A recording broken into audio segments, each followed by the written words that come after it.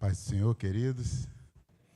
Estamos alegres porque já temos louvado ao Senhor, viemos à casa do Senhor para prestar o nosso culto a Deus. E nesse momento nós vamos ministrar a palavra de Deus, uma palavra que é poderosa, que é viva, que é eficaz.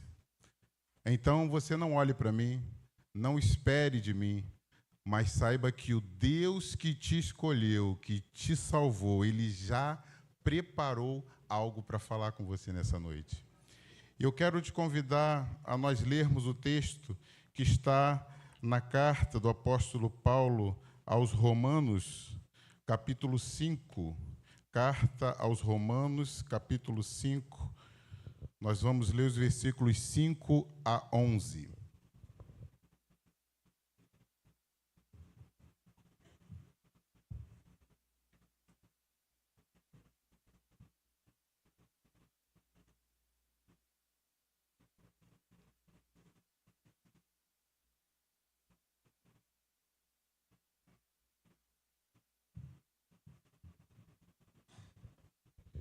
Carta do apóstolo Paulo aos Romanos, capítulo 5, versículos 5 a 11.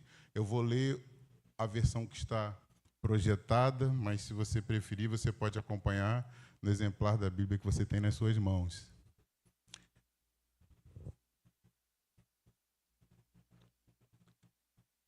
Diz assim a palavra de Deus: e a esperança não traz confusão, porquanto o amor de Deus está derramado em nossos corações pelo Espírito Santo que nos foi dado.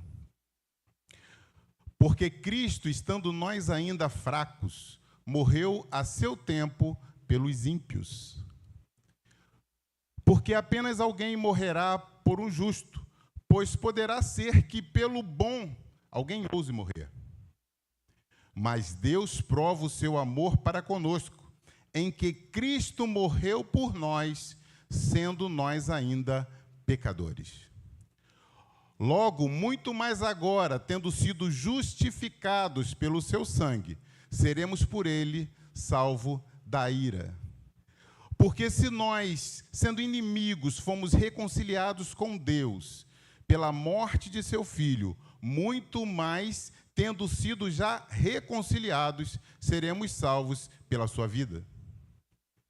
E não somente isso, mas também nos gloriamos em Deus, por nosso Senhor Jesus Cristo, pelo qual agora alcançamos a reconciliação.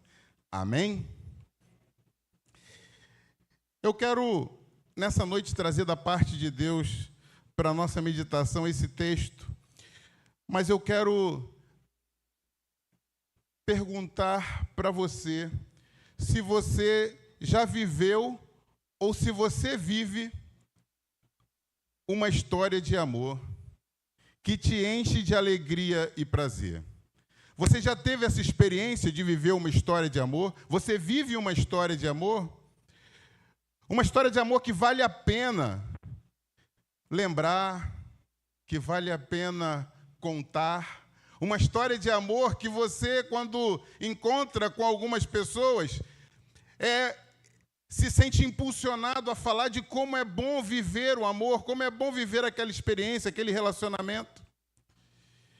Você lembra de alguém na sua história que, por te amar tanto, dedicou a vida a você, se empenhou para te ajudar, para te jogar para frente, para te jogar para cima, para te fazer prosseguir? Alguém que fez sacrifícios em prol da pessoa amada? Esse amor disposto a sacrifício é o que nós cantamos aqui ainda agora. Por amor. Foi por amor. É esse amor disposto a sacrifício que está relembrado diante de nós, na mesa da comunhão, onde nós manifestamos a nossa comunhão com Deus e a nossa comunhão com os irmãos. esperando ansiosamente o dia em que participaremos com Cristo, porque essa foi a manifestação do desejo daquele que nos amou. Desejo ansiosamente quando novamente estarei ceando com vocês. Que amor é esse? Que amor é esse capaz de fazer sacrifícios, mesmo por aqueles que ainda não manifestaram amor, não manifestaram uma reciprocidade em amor? Que amor é esse, queridos? Talvez se nós pudéssemos pegar alguma referência do que seria um amor que é agradável a Deus, nós poderíamos pensar nesse amor paciente de Coríntios 13, nesse amor bondoso, nesse amor sem vaidade, que abre mão da sua glória, que abre mão do seu direito, que abre mão da sua prerrogativa, que abre mão daquilo que lhe é por direito e não tem por usurpação, não faz questão. Um amor que não faz questão, que se doa, que se lança. Que amor é esse? Um amor que não se ressente do mal, que recebe o mal, que recebe o castigo imerecido, que recebe a indiferença e retribui com amor, e retribui com graça, e retribui com misericórdia, e retribui com paz, e retribui com salvação, e retribui com perdão dos pecados, e retribui com desejo de que não seja lançado em conta. Que amor é esse? Que amor é esse? Que amor é esse que se alegra com a verdade, mesmo que a verdade seja doída de se encarar? Que amor é esse? Que amor é esse que tudo sofre, que suporta a cruz, que suporta os cravos nas mãos, que suporta os açoites, que suporta a ignorância, o desprezo, a maldição? Que amor é esse? Que amor é esse que tudo crê? Quando tudo parece perdido, esse amor floresce de novo e faz nascer a esperança. Que amor é esse? Que amor é esse que tudo suporta, que tudo espera? Que amor é esse que jamais acaba? Na humanidade nós temos visto aos montes pessoas anteriormente apaixonadas que dariam o mundo pela outra e abrem a sua boca e dizem: eu não te amo mais.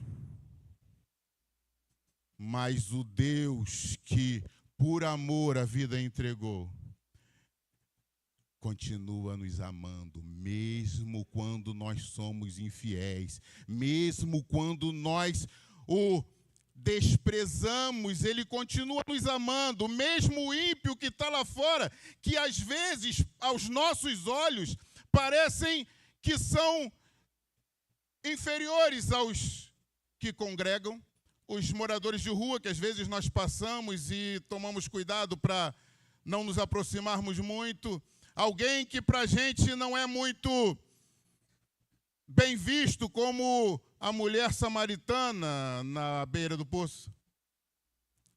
Esse amor que jamais acaba é um amor que não tem barreiras, que não tem limites, que não tem, diz que não faz distinção. Se eu tivesse aqui com a camisa manchada, eu estaria constrangido. Se um dos músicos que estavam aqui tocando fosse avisado pelo outro que está com a camisa ao avesso, ficaria constrangido, não ficaria? Se o adolescente que está aqui filmando estivesse subindo aqui, tropeçasse e caísse, ficaria constrangido, não ficaria? Mas nós recebemos todo o amor de Deus, nós recebemos a graça infinita de Deus, e nós pecamos, e parece que nós não nos constrangemos mais. Parece que caiu na rotina, é tudo normal. Que amor é esse? Que amor é esse que pega um homem pecador, insensível, perdido, caído, e leva a se constranger diante daquele que o ama.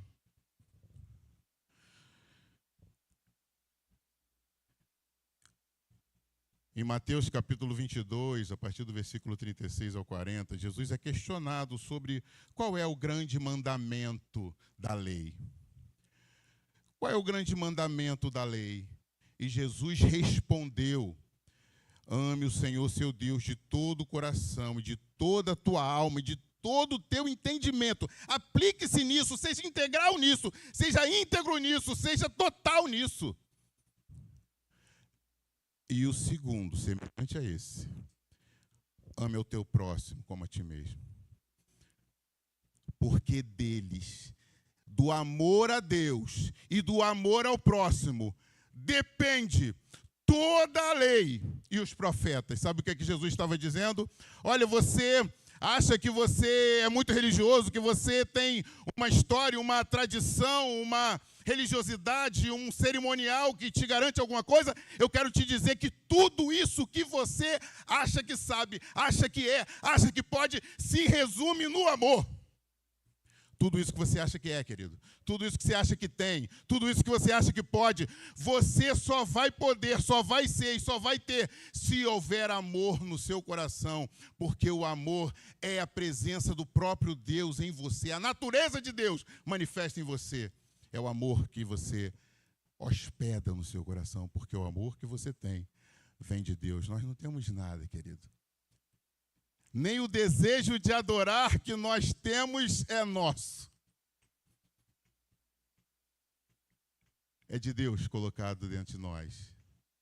É fomentado pelo Espírito Santo na minha e na sua vida. Queridos, se nós não amarmos ao Senhor, o nosso relacionamento com Deus não terá futuro. Você pode cantar muito bem. Você pode tocar muito bem. Você pode pregar muito bem. Você pode filmar muito bem. Você pode ter uma presença marcante nos departamentos.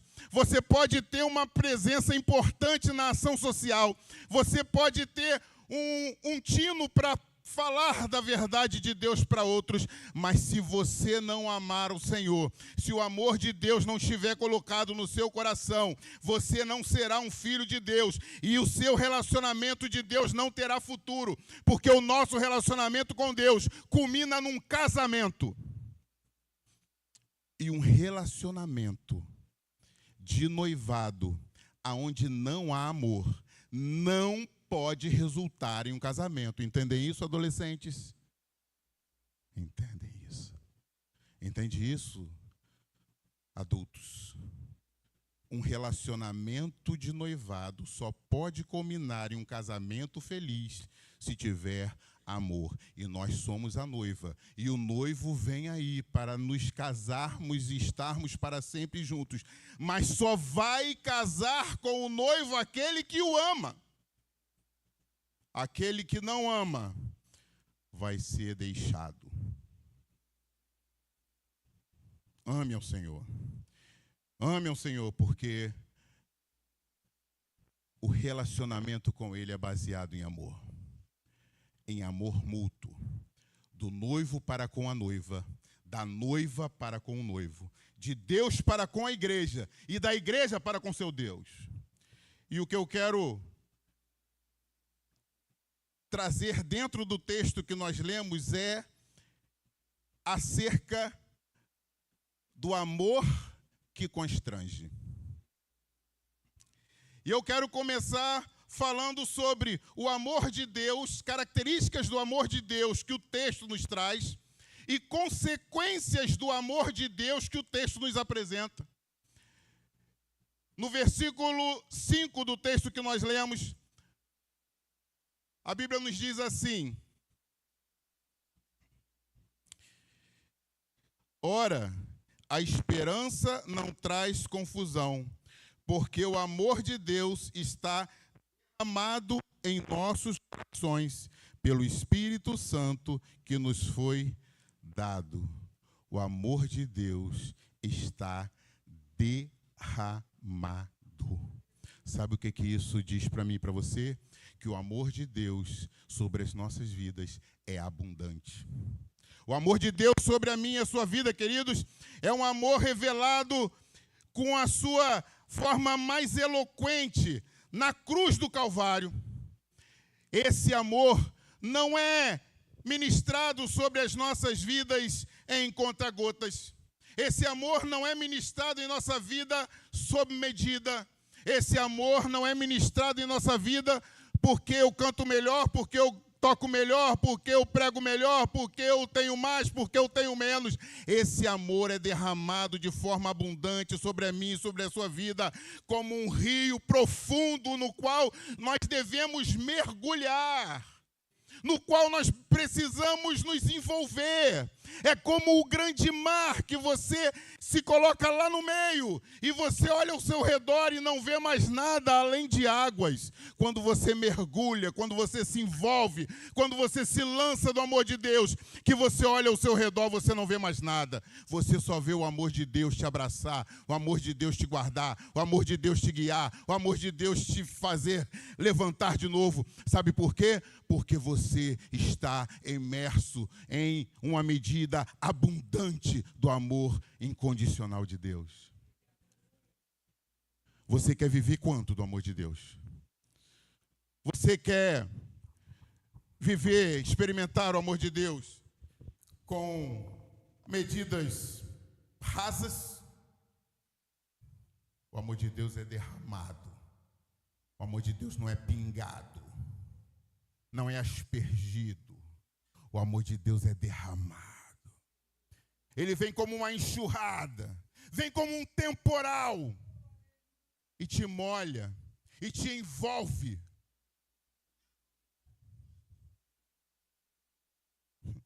Qual a medida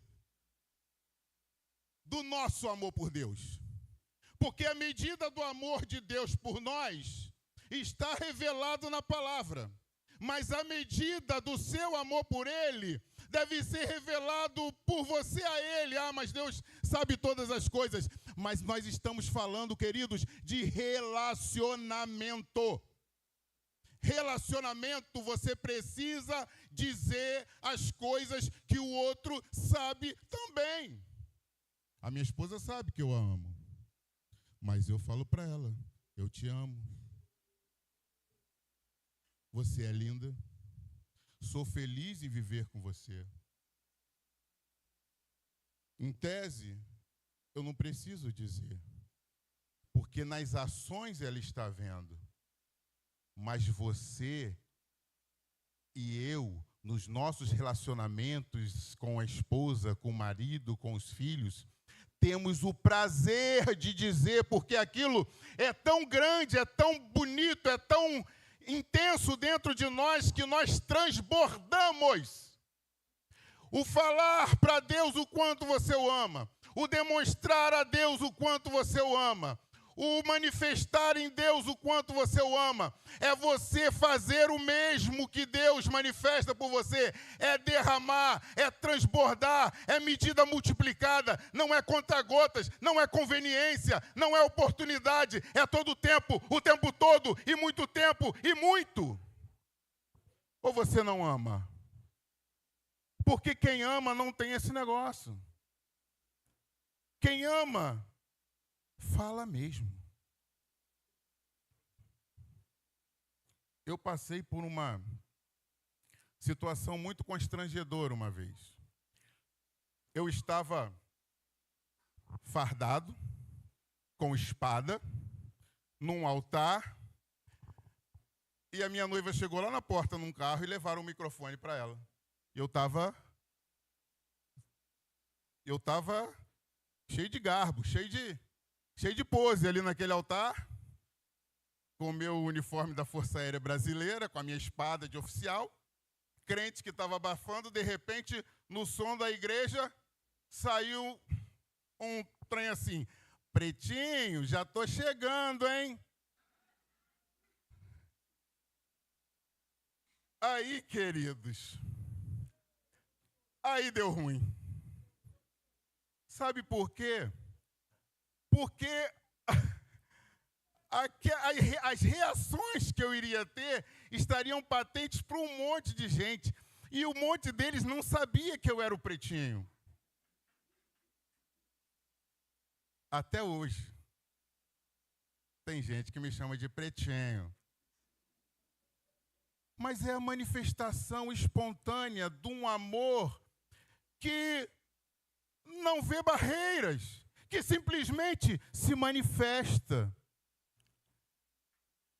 É constrangedor chegar diante de Deus e perceber, e sentir, e viver a enxurrada, a avalanche, a inundação de amor que Ele tem por nós. E muitas das vezes nós nos sentimos secos, porque estou com problema, porque não tenho oportunidade, porque ninguém me reconhece, porque a vida está difícil, porque o meu casamento, porque minha família, porque meu pastor, porque minha esposa, porque meus filhos, porque meu patrão. E a gente vai acumulando isso, e a gente vai jogando isso na conta de Deus. E isso vai comprometendo o nosso relacionamento com Ele, a ponto de nós comprometermos a manifestação e a medida de amor que nós dedicamos a Ele. E sabe, o amor de Deus, além de ser abundante, ele é imerecido. Você já conheceu, por certo, alguém difícil? Não é possível que só eu conheço gente difícil no mundo. Você, com certeza, conhece alguém difícil. E você conhece alguém difícil que outra pessoa ama muito? E você fala assim, como é que pode amar um trem desse? Mas ama. E no espectro espiritual, nós somos esse trem. Mas Deus nos ama. Esse amor é imerecido. E o apóstolo Paulo declara isso.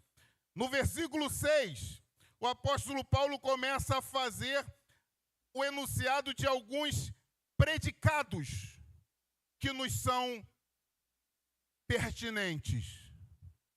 E eu quero elencar aqui 4 predicados, e eu não tenho a intenção nessa ministração de esgotar o tema o amor de Deus, porque o amor de Deus não tem fim.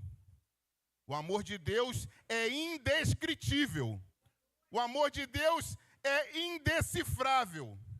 O que nos foi revelado foi para que nós crescêssemos, mas o amor de Deus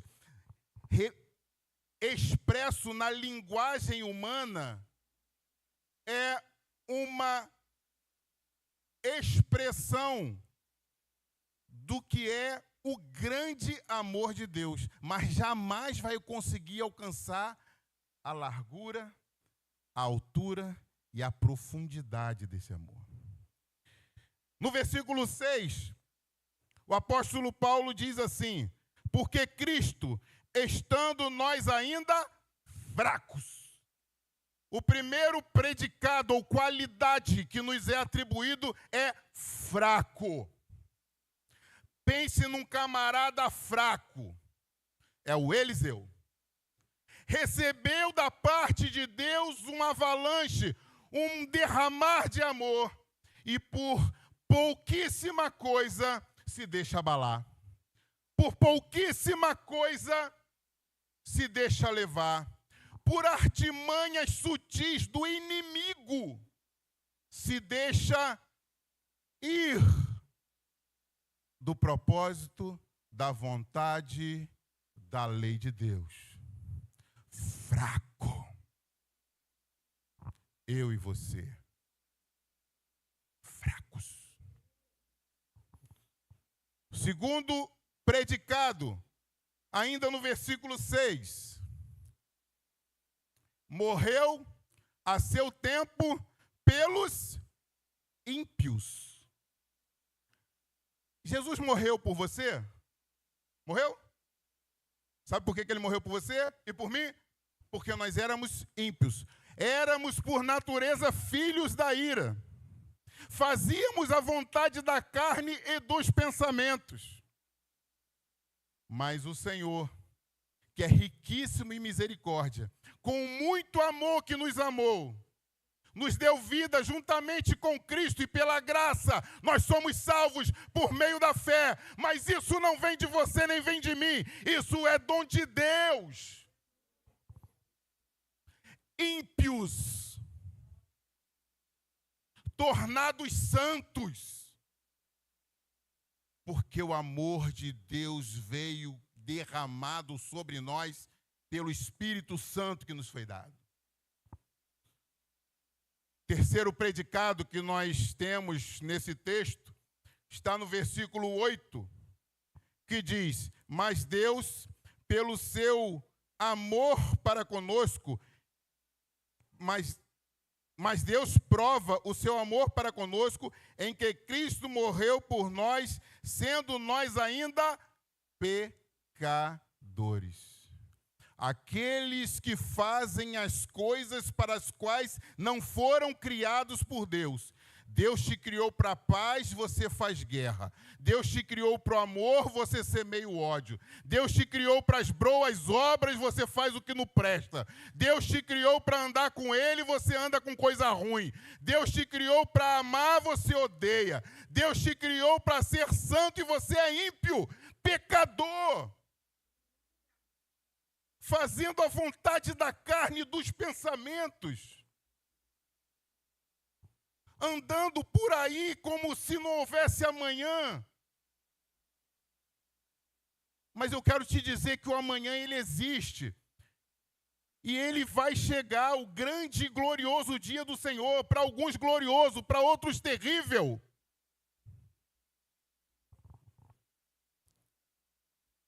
O quarto predicado, versículo 10. Pois se nós, quando éramos inimigos, fomos reconciliados com Deus pela morte de seu Filho, nós éramos inimigos.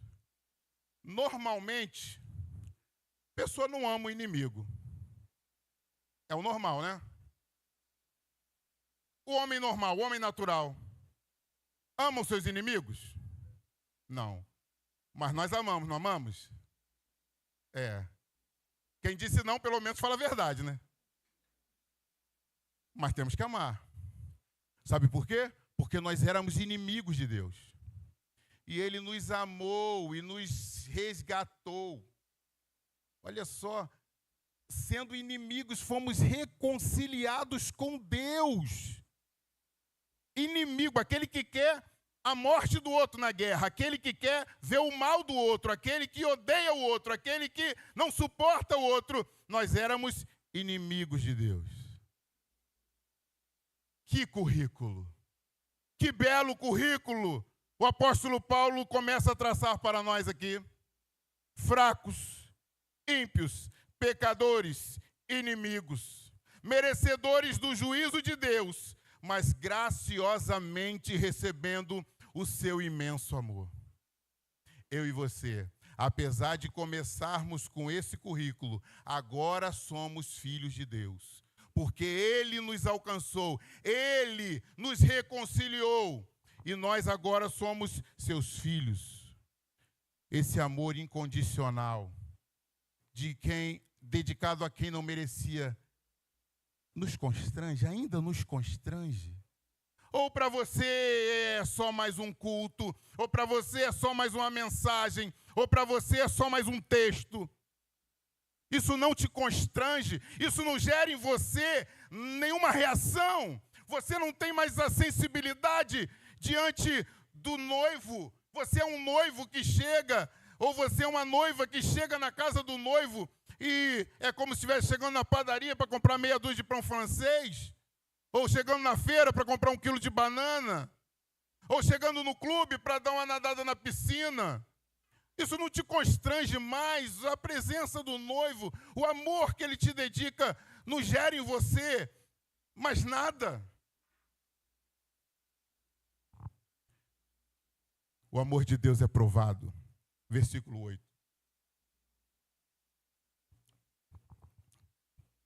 Mas Deus prova o seu amor para conosco. A prova mais eloquente do amor de Deus é a cruz do Calvário, onde Jesus foi morto no meu e no seu lugar. Porque nos amou. Um amor que não consiste em palavras. Amor não consiste em palavras, querido, e Jesus mostrou isso para a gente. Amor nos leva a ações. No sacrifício vicário, substitutivo de Jesus, aquela cruz, aquela morte, era minha e sua. Nós já estávamos mortos nos nossos delitos e pecados, mas Jesus morreu a nossa morte para que nós vivêssemos a vida dele. É um noivo que ama sua noiva, que se sacrifica ao limite para que nós possamos desfrutar da vida. E nós estamos insensíveis a esse amor. E nós nos comportamos como se nós estivéssemos fazendo qualquer coisa. E nós reagimos como se isso não fosse com a gente. Mas Ele continua te amando. Que prova de amor você ainda espera de Deus, querido? O que você tem falado às vezes: Senhor, se o Senhor me ama, se o Senhor é comigo, se o Senhor tem um plano na minha vida, faz isso, isso e aquilo. Você não precisa pedir a Deus prova nenhuma mais, querido. A maior prova de amor que Ele podia dar, Ele já deu. Foi, sendo Deus, vir a esse mundo, se humilhar, se tornando homem, e sendo homem, se humilhar ainda mais, morrendo numa cruz, que era uma morte maldita, para gente da pior espécie. Porque amou a mim e a você. E nós temos o hábito de ficar pedindo provas de amor de Deus. Me concede isso, isso e isso, que eu vou te fazer isso, isso, aquilo, Deus. Me faz prosperar nisso e nisso, nisso, que eu vou ser isso, isso e aquilo. Não, querido, seja, faça, ame, manifeste o seu amor por Deus, porque Ele te amou primeiro. E sabe, esse amor que nós vimos aqui, ele tem consequências. A primeira consequência está no versículo 9, que diz assim, ó: logo, muito mais agora, sendo justificados pelo seu sangue. Nós fomos justificados. Sabe, justificados não é desculpados. Justificados não é, você foi condenado, mas faz o seguinte, não precisa cumprir a pena não, fica no regime aberto, não. Justificado é você que era todo errado, condenado na justiça de Deus. O pecado que estava na nossa conta precisava ser pago. Não é pago ao diabo, não, é pago à justiça de Deus. E Jesus Cristo pagou o preço no meu e no seu lugar. E tirou a culpa, a condenação que estava sobre nós e levou sobre ele. E pegou a justiça dele e colocou em nós. E quando Deus olha para mim e para você agora, não vê um descondenado, não vê um ex-condenado, não vê alguém em regime aberto, ele vê um justo. Um justo, justificado por Jesus. Nós não éramos justos. Porque quando Deus olhou do céu à terra, Ele não viu um justo sequer, Ele viu a mim e a você. Mas nós fomos justificados por Cristo. Nós fomos justificados. Feitos justos por meio do sangue de Jesus. Justificados. Nós fomos reconciliados com Deus. Versículo 10. Pois, se nós, quando éramos inimigos, fomos reconciliados com Deus pela morte de seu Filho, muito mais agora, estando já reconciliados, seremos salvos pela sua vida. Nós fomos reconciliados, queridos. O pecado fez separação entre eu e Deus, entre você e Deus, entre o homem e Deus. Abriu um abismo entre nós. E nós não tínhamos mais acesso a Deus. Mas Jesus Cristo, o justo, o Cordeiro de Deus, que tira o pecado do mundo, rasgou o véu que separava os homens do Deus Criador, do Deus Todo-Poderoso. E agora nós fomos reconciliados com Deus. Nós fomos... agora temos comunhão com Deus e comunhão uns com os outros. Nós agora fazemos parte da família de Deus. Você e eu fomos reconciliados. E nós precisamos agora, reconciliados, viver uma vida que agrade a Deus. Não deixar que o inimigo venha colocar novamente empecilhos para nos separar de Deus.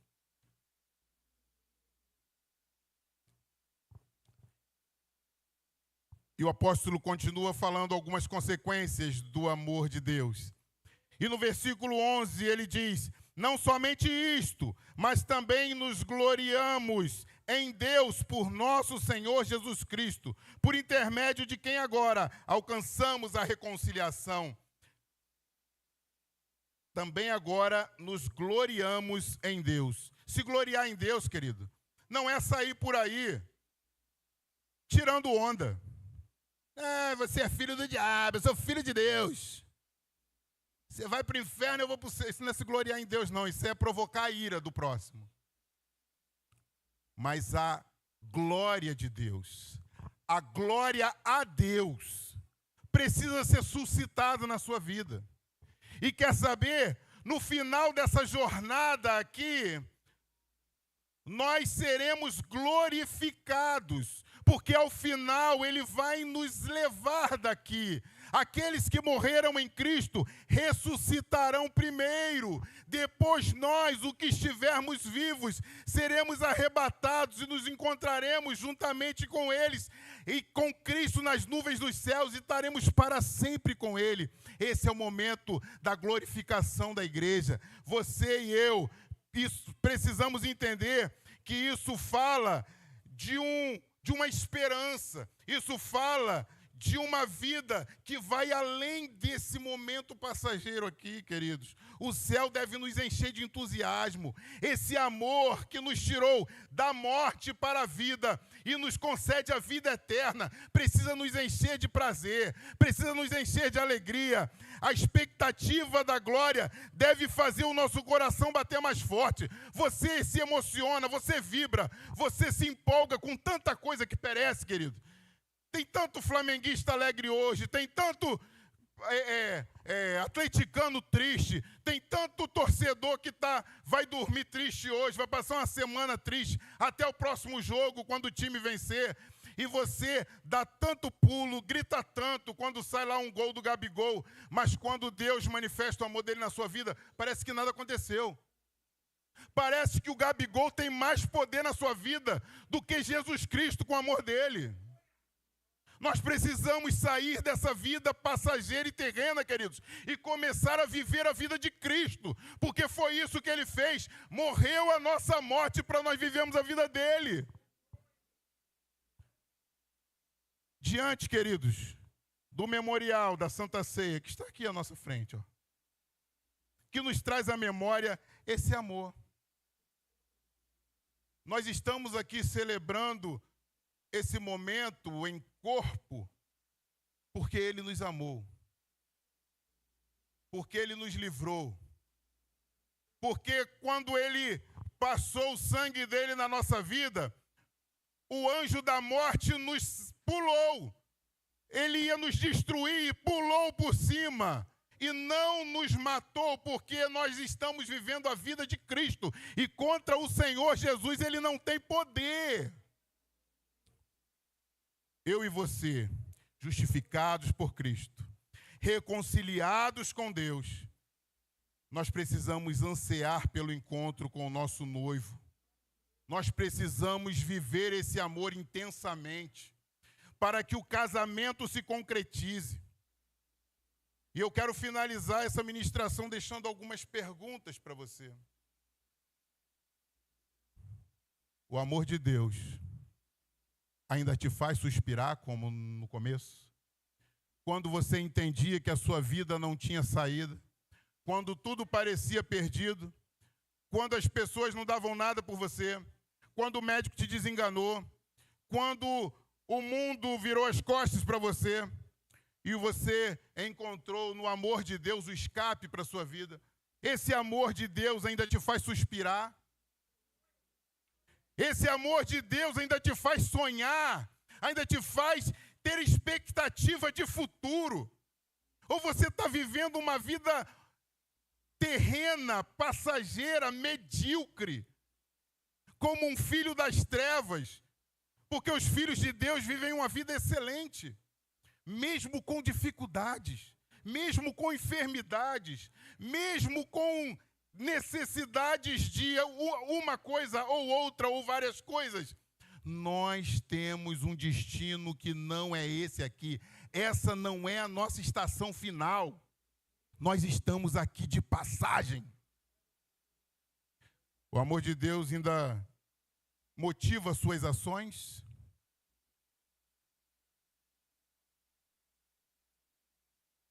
E a última pergunta: o amor de Deus ainda te constrange? Se a sua resposta a alguma dessas perguntas aí no seu íntimo é não, ou não sei, é tempo de mudar de vida. É tempo de amar ao Senhor. É tempo de se voltar ao Senhor, porque o dia vem. E eu encerro com a mesma orientação do apóstolo Paulo à igreja em Corinto, para a celebração da ceia. Examina você a você mesmo e siga em frente. E siga Cristo.